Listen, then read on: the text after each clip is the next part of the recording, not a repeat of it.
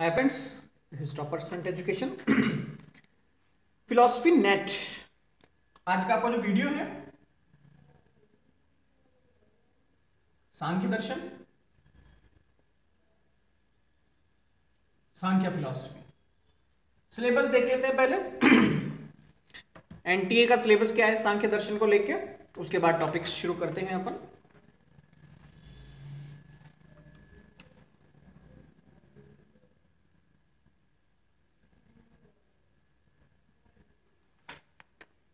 पहला है सत्कार्यवाद, सांख्य दर्शन का कार्य कारण का सिद्धांत। दूसरा है प्रकृति और उसके अद्भुत, प्रकृति के अस्तित्व की सिद्धियां।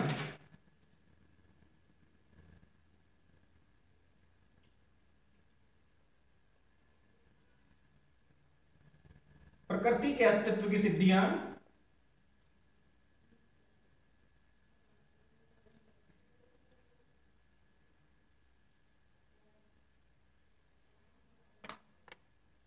फिर आपके पुरुष का स्वरूप,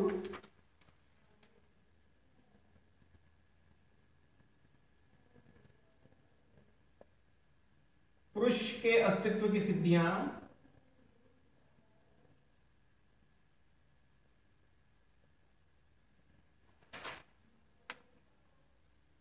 पुरुष और प्रकृति के बीच संबंध।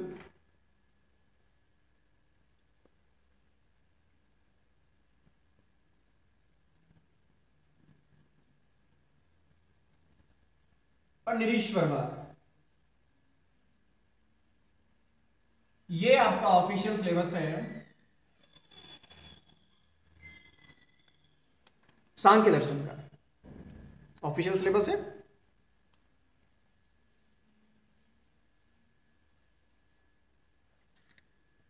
शुरू करते हैं इसको टॉपिक वाइज।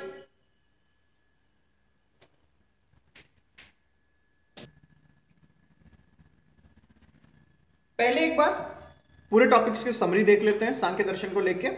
सांख्य दर्शन प्रकृति और पुरुष के संबंधों की बात करता है। प्रकृति और पुरुष का मतलब यहां पर जो है उसको आप गलती से भी मेल और फीमेल का रिलेशन मत समझिएगा। बहुत बच्चे गलती करते हैं कि प्रकृति और पुरुष कहीं ना कहीं मेल और फीमेल संबंधित है। नहीं, ऐसा कुछ नहीं है। हाँ, एक एस्पेक्ट में आप उसकी तुलना उस टॉपिक से कर सकते हैं, बट कंप्लीटली वो टॉपिक सेम नहीं है उस टॉपिक के। पहली बात तो ये हो गई। ठीक है, टॉपिक वाइज टॉपिक देखते हैं। सत्कार्यवाद, सांख्य दर्शन का जो कार्य कारण का सिद्धांत है वो कहलाता है सत्कार्यवाद। लास्ट टाइम भी मैंने आपको बताया था कार्य कारण का सिद्धांत का मतलब क्या होता है कि हर कार्य का कोई ना कोई कारण अवश्य होता है। कोई भी कार्य हो, कुछ भी कार्य हो, जैसे कि मान लीजिए ये बीज था, बीज से आपके एक वृक्ष बना, वृक्ष से लकड़ी का निर्माण हुआ, लकड़ी से फिर राख का निर्माण हुआ। ये प्रक्रम आपका चलता रहता है। इसका मतलब क्या हुआ, एक के बाद एक जो कार्य हो रहा है वो कारण के अंदर ही समाहित है। वृक्ष जो था वो बीज में ही समाहित था, लकड़ी जो थी वो वृक्ष में समाहित थी, राख जो थी वो लकड़ी में समाहित थी। तो ये जो कारण कार्य का सिद्धांत थी सत्कार्यवाद कहलाता है।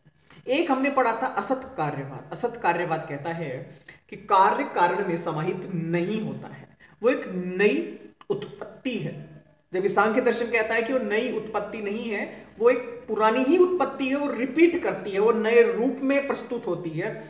वास्तव में उसकी नवीन उत्पत्ति नहीं कह सकते हम। तो सांख्य दर्शन का जो कार्य कारण का सिद्धांत है वो सत्कार्यवाद के नाम से जाना जाता है, जिसके अनुसार जो कार्य हुआ है या जो कार्य के होने का कारण है या फिर जो कार्य है वो स्वयं कारण में छिपा हुआ है। जो कारण है वो ही कार्य को उत्पन्न कर रहा है, उसी में समाहित था पहले से कार्य, अदरवाइज कार्य संभव नहीं था। ये कहलाती है सत्कार्यवाद। दो ही तरह के कार्य कारण के नियम होते हैं, सत्कार्यवाद और असत्कार्यवाद। सत्कार्यवाद वो जिसमें कार्य और कारण को इक्वल माना जाता है, एक ही माना जाता है, ये एक ही से सब कुछ चल रहा है। असत्कार्यवाद में दोनों को अलग अलग माना जाता है कि अलग अलग कारणों के मिलने से ही कार्य की उत्पत्ति होती है, जैसे कि न्यूटन ने माना था। तो ये है सत्कार्यवाद। फिर हम आगे आएंगे प्रकृति और पुरुष। सांख्य दर्शन बात करता है प्रकृति और पुरुष की, जहां पर प्रकृति को सृष्टि से भी पहले माना गया है। पहले सृष्टि है, ठीक है, हम देखते हैं तो। लेकिन सांख्य क्या कहता है? नहीं, पहले सृष्टि नहीं है, पहले प्रकृति है, फिर सृष्टि है, और सृष्टि में पुरुष है। समझ रहे हैं आप बात को? यहां पर सिस्टम ऐसा चलता है।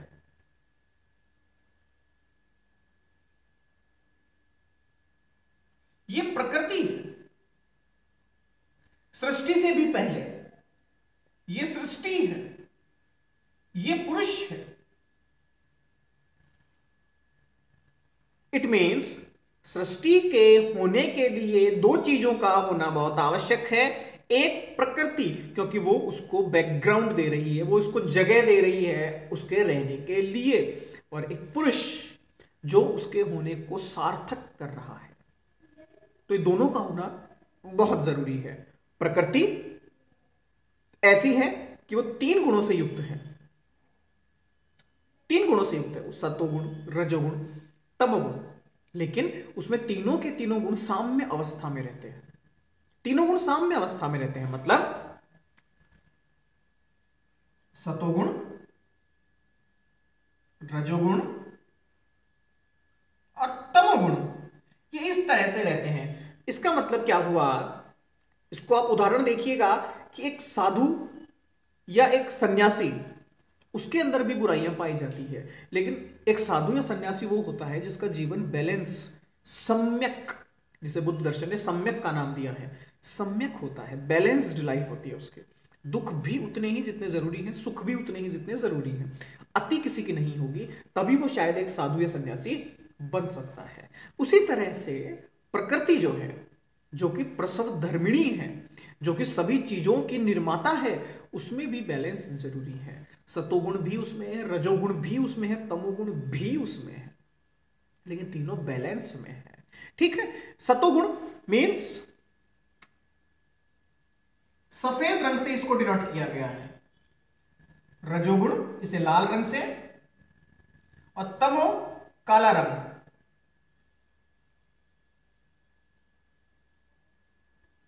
ये सात्विक है, ये थोड़ा सा राजसिक है, और ये तामसिक है। मतलब सतोगुण की प्रधानता जब भी होती है तो आपके विचार जो हैं वो सात्विक होंगे, साधु जैसे विचार होंगे, अच्छे विचार होंगे, एक ब्राइट फ्यूचर आपको दिखाई देगा, रास्ते आपके खुले हुए दिखाई देंगे, कभी कोई टेंशन, डिप्रेशन, ऐसी अवस्थाएं आपके सामने नहीं आएगी, और ये हर इंसान के अंदर मौजूद चीजें हैं। रजोगुण, रजोगुण का कलर लाल है, राजसिक है। ये एकमात्र ऐसा गुण है जो गतिशील अवस्था में होता है, ये केवल गति करता है। सतोगुण और तमोगुण की खुद की कोई गति नहीं है, ये दोनों गति नहीं करते हैं, ये स्थिर हैं। लेकिन गति कौन करता है? रजोगुण करता है, और रजोगुण जिसके साथ लग जाता है उसी तरफ वो चल देता है। जैसे कि अगर रजोगुण श्री राम के अंदर लगा तो उन्हें भगवान बना दिया, और रजोगुण जब रावण के अंदर लगा उसे राक्षस बना दिया। श्री राम, उसमें सत्वगुण ज्यादा है, लेकिन रजोगुण जैसे ही सत्व के साथ मिला तो वो ईश्वर हो गए, और जब रजोगुण तमो के साथ मिला तो रावण राक्षस हो गया। ये रजोगुण क्या स्पेशलिटी है कि ये गतिशील है, सतो और तमो गतिशील नहीं है। तमोगुण अंधकार का प्रतीक है, नेगेटिविटी का प्रतीक है, ऐसी अवस्था जहां पर आपको कुछ दिखाई नहीं देता, आप अपने लालच में इतने डूब जाते हो कि आपको कुछ समझ में नहीं आता कि अब मुझे सही करना है, गलत करना है, आपका लालच सबसे ऊपर हो जाता है। यह है प्रकृति। अब पुरुष क्या होगा? पुरुष एक ऐसी अवस्था है जिसे हम चेतना कह सकते हैं। पुरुष चेतना का स्वरूप है, हमारे हिसाब से वो एक चेतना का स्वरूप है, वहां चेतना ही है सिर्फ। ठीक है, हालांकि सांख्य दर्शन क्या कहेगा उसको अभी हम पढ़ते हैं, ये जनरल डिस्कशन है, मैं आपके सामने जो कर रहा हूं। पुरुष जैसा हम देखते हैं आपको और मुझे, तो हम अपने आप को चेतना मानते हैं। तो वहां पर जो प्रकृति और पुरुष का संबंध बताया गया होगा, वहां पर भी कहीं ना कहीं पुरुष मतलब जो इस संसार में एलिमेंट्स हैं, जो लोग रहते हैं, जो जीव रहते हैं, वो पुरुष का प्रतिनिधित्व करते हैं। जब प्रकृति और पुरुष का संबंध होता है, संबंध का मतलब क्या हो गया? पुरुष के अंदर कोई गुण नहीं है, पुरुष के अंदर कोई गुण नहीं है, लेकिन वो करता क्या है? वो प्रकृति से संबंध बनाने की कोशिश करता है, प्रकृति के टच में आने की कोशिश करता है। वो क्यों करता है? क्योंकि प्रकृति ऐसा चाहती है कि मेरा प्रतिनिधित्व कौन करेगा? पुरुष करेगा। यहां पर जो कंसेप्ट ऑफ नेचर है, कंसेप्ट ऑफ प्रकृति है, पाश्चात्य दर्शन के अंदर आपको ऐसे कंसेप्ट्स बहुत मिल जाएंगे। वहां पर भी यही कहा गया है, ईश्वर ने खुद को एक पहचान दिलाने के लिए ही इंसान को जन्म दिया है। वो चाहता था इसलिए उसने जन्म दिया है। ठीक है, तो ऐसी बातें वेस्टर्न फिलॉसफी में आपको बहुत मिल जाएगी। तो प्रकृति और पुरुष के मध्य फिर संबंध की बातें की गई है। जब संबंध होगा तो क्या होगा, देखिएगा, यहां हम संबंध की बात कर रहे हैं। संबंध किस प्रकार से होगा? यहां पे एक तरफ प्रकृति है जिसकी अवस्था कुछ ऐसी है, सतो रजो तमो। एक तरफ पुरुष है जिसके पास ये तीनों चीजें नहीं है, लेकिन वो इससे संपर्क करने की कोशिश करता है। इस कोशिश के कारण क्या होता है, इन गुणों के अंदर परिवर्तन आता है। गुणों के मध्य में आने वाला परिवर्तन ही संसार की सृष्टि का, संसार के निर्माण का सबसे महत्वपूर्ण कारण है, सबसे महत्वपूर्ण कारण है। उसके अलावा और कोई कारण नहीं है सांख्य दर्शन के अनुसार। सांख्य दर्शन के अनुसार देखिएगा कैसे।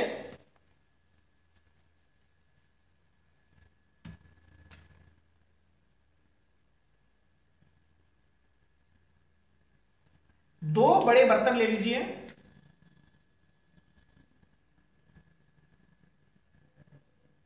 दो बड़े बर्तन ले लिए मैंने। इस बर्तन को मैंने इतना पानी से भर दिया।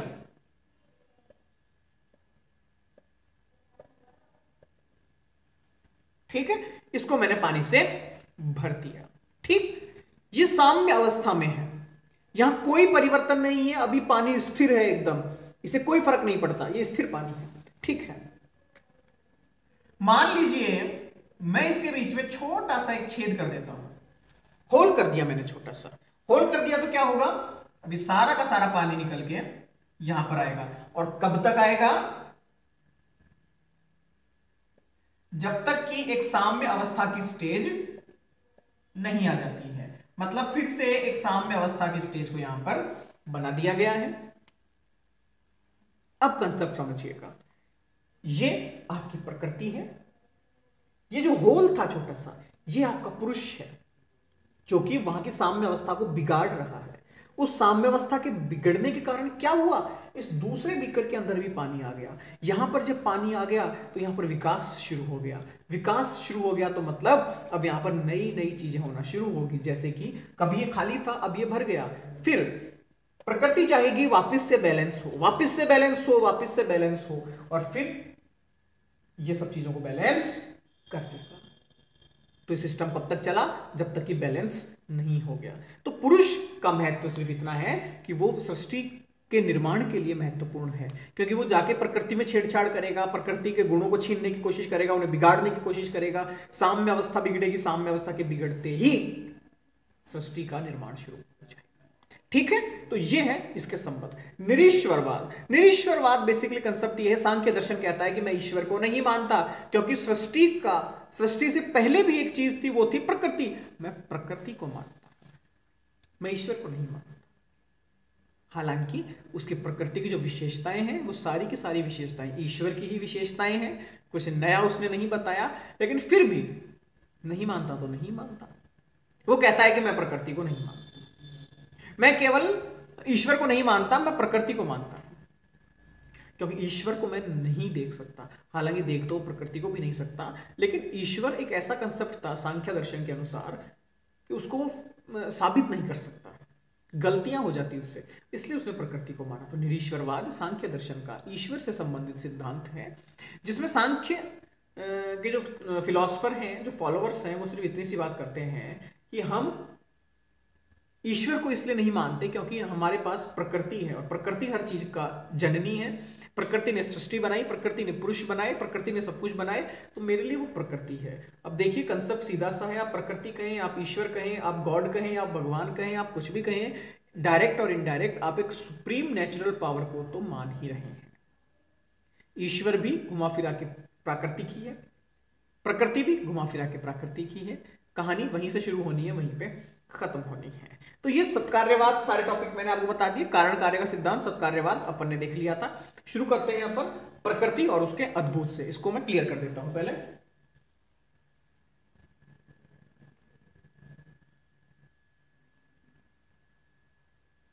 ये देखिए जो इंपॉर्टेंट चीज है, प्रकृति क्या है बेसिकली, विश्व का वास्तविक कारण वही हो सकता है, सांख्य दर्शन मानता है कि जो स्थूल के साथ साथ सूक्ष्म को भी उत्पन्न करने की शक्ति रखता हो। ऑब्वियसली बात है, अगर आप फाइनल माने, किसी को अंतिम माने, तो अंतिम या सबसे बड़ा तभी हो सकता है जब हर चीज के ऊपर उसका कंट्रोल हो। ठीक है, बॉस मीन्स जो छोटी से लेकर बड़ी हर चीज का ध्यान रखता हो, लेबर वो जो सिर्फ छोटे का ध्यान रखती है, ऑफिसर वो जो सिर्फ बड़े का ध्यान रखता हो, लेकिन बॉस वो जो सबका ध्यान रखता हो। तो प्रकृति है वो बॉस है, वो स्थूल और सूक्ष्म दोनों का ध्यान रखती है। इसके लिए 5 अलग अलग तरह की युक्तियों को सांख्य दर्शन फॉलो करता है। एक एक करके हम 5 को पढ़ते हैं। यहां से ही प्रश्न सांख्य दर्शन में आ सकता है, अगर आएगा टफेस्ट प्रश्न आएगा तो यहीं से आ सकता है, अदरवाइज इजी प्रश्न तो आप कर लेंगे। देखिएगा मैं एक एक को यहां पर डिस्कस करता रहूंगा, ठीक है, सुनते रहिए। पहला है भेदानाम परिमाणातः, मतलब इस संसार में या फिर मैं कहूं जगत में जितने भी विषय हैं वे सब सीमित हैं, सीमित परिणाम के हैं, एक दूसरे के ऊपर हमेशा आश्रित रहते हैं, अर्थात वे अपना कारण स्वयं नहीं हो सकते क्योंकि वो सीमित हैं, और एक सीमित चीज असीमित का कारण नहीं हो सकती है। इसका जो कारण होगा वो कहीं ना कहीं इनसे ऊपर वाली स्टेज होगी जिसको हम प्रकृति कहते हैं। सेकंड, समन्वयातः, हमारे अनुभव के जो विषय हैं भिन्न भिन्न हैं, फिर भी इनमें कुछ समानताएं हमेशा पाई जाती हैं, जैसे सुख हो गया, दुख हो गया। तो आखिर इन विषयों का कारण क्या है, इनका सामान्य कारण क्या है? इन विषयों का, इन अनुभवों का एक ही कारण है, एक ही माध्यम है, और वो है स्वयं ईश्वर। शक्तितः प्रवृत्तिश्च, मतलब अनुभव की प्रभाव उत्पन्न करने की जो शक्ति है वो अनुभव में खुद से तो नहीं आ सकती, खुद से तो उत्पन्न होना उसका संभव नहीं है। आखिर ये शक्ति आती कहां से है? तो ये शक्ति आती है एक सुप्रीम पावर से जिसने इनको बनाया है, वो है ईश्वर। कारण कार्य विभाग आदि, हर कारण कार्य श्रृंखला में हमें किसी ना किसी को तो फाइनल डेस्टिनेशन, अंतिम लक्ष्य मानना होगा, वरना कारण कार्य श्रृंखला चलती रहेगी, अनावस्था दोष उत्पन्न हो जाएगा। तो हम क्या करें, ईश्वर या प्रकृति जो है, प्रकृति ही वो फाइनल कारण है। अविभागाद वैश्व रूपश्य, जब प्रलय का समय आएगा तो सब चीजें समाप्त हो जाएगी, लेकिन ये समाप्त होकर जाएगी कहां, कहां जाएगी? जैसे कि मान लीजिए आप कहते हैं कि इंसान का जो शरीर है वो 5 महाभूतों से बना होता है, पृथ्वी, अग्नि, जल, वायु, आकाश। जैसे ही हमें जलाया जाता है या दफनाया जाता है, हमारे 5 महाभूत 5 अलग अलग भूतों के अंदर जाकर विलीन हो जाते हैं, मीन्स जहां से उत्पन्न हुए वहीं पर विलीन हो जाते हैं। इसी तरह से जब प्रकृति का विनाश होगा, इस सृष्टि का विनाश होगा, हर चीज का जब विनाश होगा, तो वो कहां जाएगी? सांख्य दर्शन कहता है वो पुनः ईश्वर में आकर मिल जाएगी, वो प्रकृति में आकर मिल जाएगी, क्योंकि वहां पर ईश्वर और प्रकृति को एक ही माना गया है।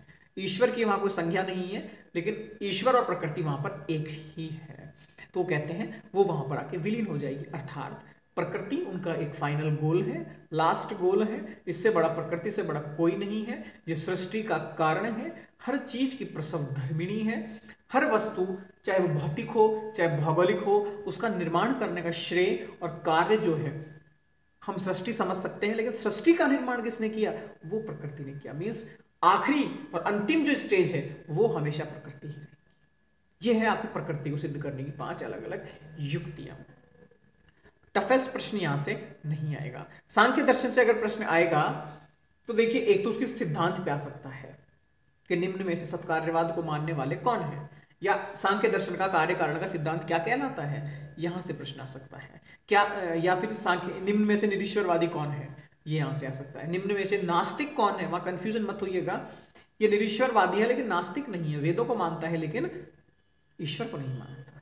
ठीक है, यहां से आ सकता है। फिर फाइनल एक क्वेश्चन आ सकता है बुक्स से लेके, क्योंकि 13 चैप्टर है, 10 क्वेश्चन बनने हैं, जरूरी नहीं है एक एक का क्वेश्चन आए। तो अब हम देखते हैं पुरुष और पुरुष के लिए सिद्धियां।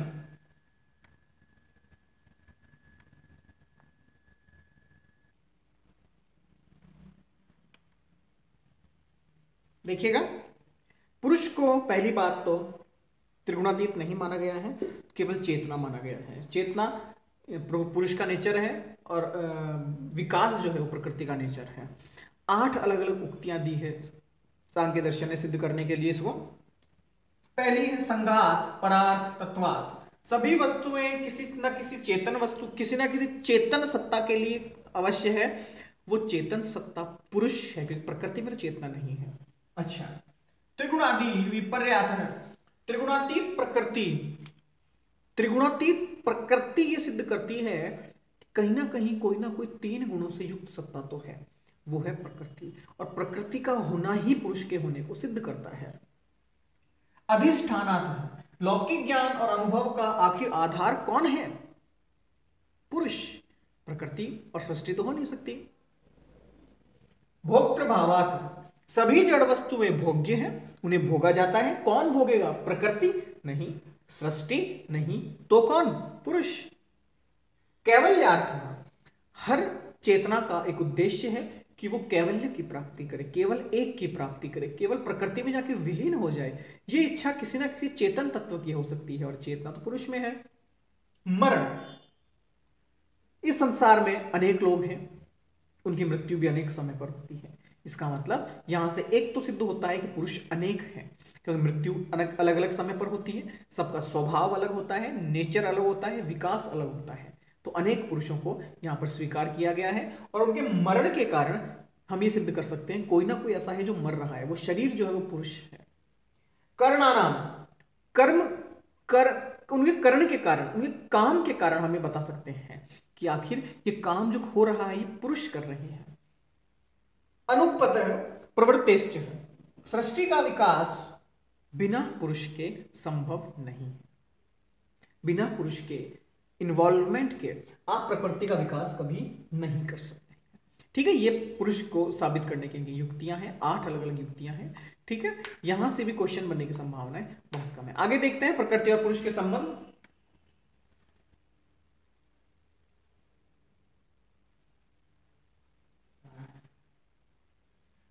हालांकि देखिएगा, जब ये टॉपिक शुरू होगा संबंध का, इसमें सबसे इंटरेस्टिंग चीज क्या है?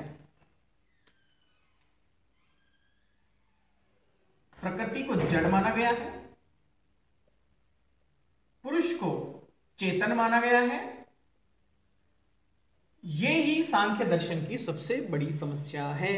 एक चेतन जड़ से सीधे सीधे संबंध किस प्रकार क्रिएट करेगी?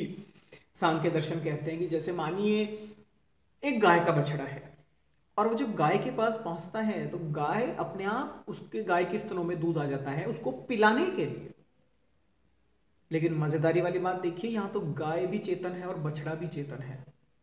क्या मैं पत्थर का कोई बछड़ा रख दूं तो भी उसके स्तन में दूध आएगा? नहीं आएगा। सांख्य दर्शन यहां फंस गया। बट संबंध इस प्रकार का है कि प्रकृति और पुरुष के संबंधों के कारण सृष्टि का निर्माण होता है। प्रकृति और पुरुष के संबंधों के कारण प्रकृति की जो त्रिगुणातीत सत्ता है, 3 गुणों की साम्यक अवस्था है, जो साम्य अवस्था है वो बिगड़ जाती है। साम्य अवस्था के बिगड़ने के कारण प्रकृति चाहती है फिर से उसको विकास किया जाए, साम्य अवस्था में पहुंचाया जाए। साम्य अवस्था में पहुंचाने के प्रक्रम के दौरान ही, उस रास्ते के दौरान ही सृष्टि का निर्माण हो जाता है। ये सांख्य दार्शनिक मानते हैं अधूरी कल्पनाएं, प्रकृति और पुरुष की अधूरी कल्पनाएं हैं। बिल्कुल वैसी कल्पनाएं जैसे कि पाश्चात्य दर्शन में बुद्धिवादियों ने की है मन और शरीर के संबंध को लेकर।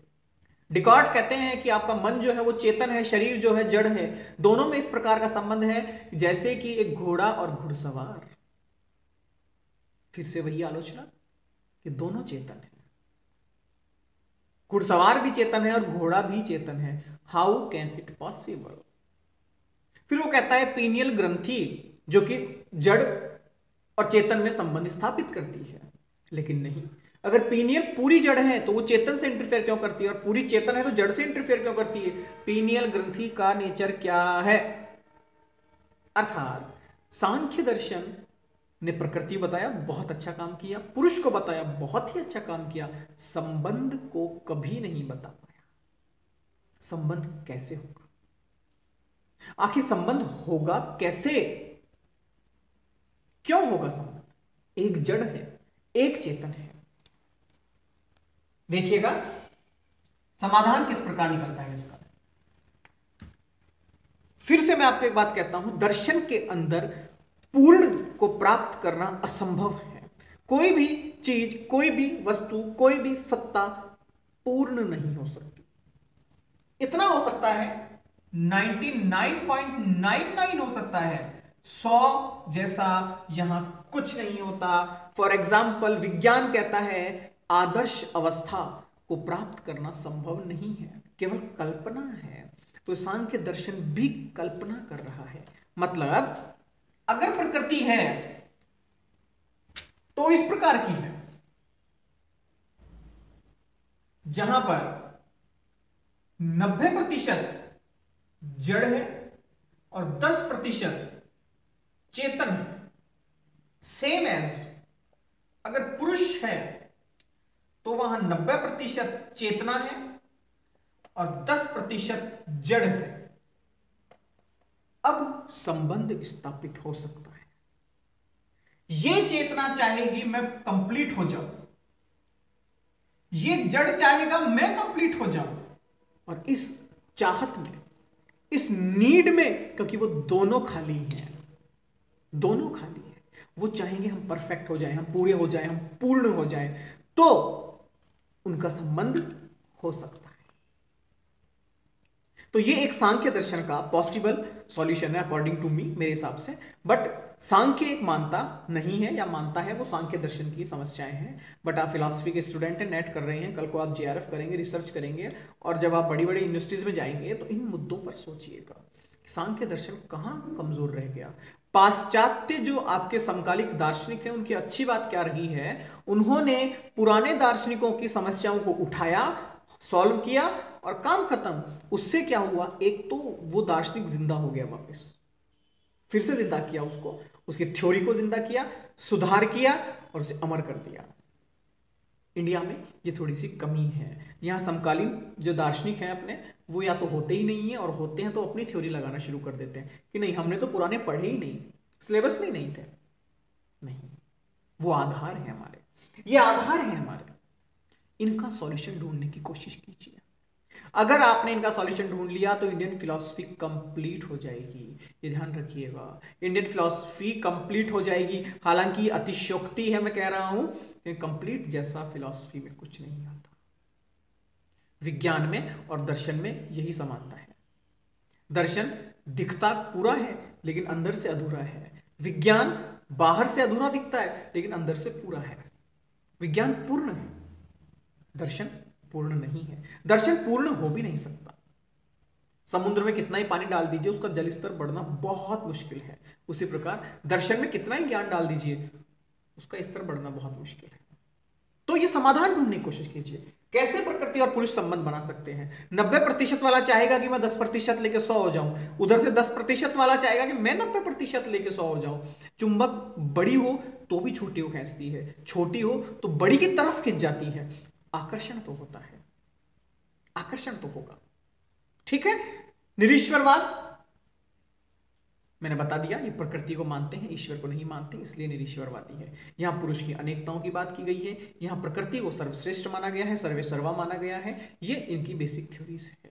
संबंध जो बताया गया है वो इस प्रकार का बताया गया है कि जैसे कि एक गाय और उसका बछड़ा एक दूसरे के पास आकर गाय अपने आप दूध देना शुरू कर देती है, इसी प्रकार का संबंध प्रकृति और पुरुष के बीच है। जब पुरुष प्रकृति के समीप आता है तो प्रकृति तैयार हो जाती है उसके लिए, उसके पोषण के लिए, उसे आगे बढ़ाने के लिए कि तुम बढ़ो आगे।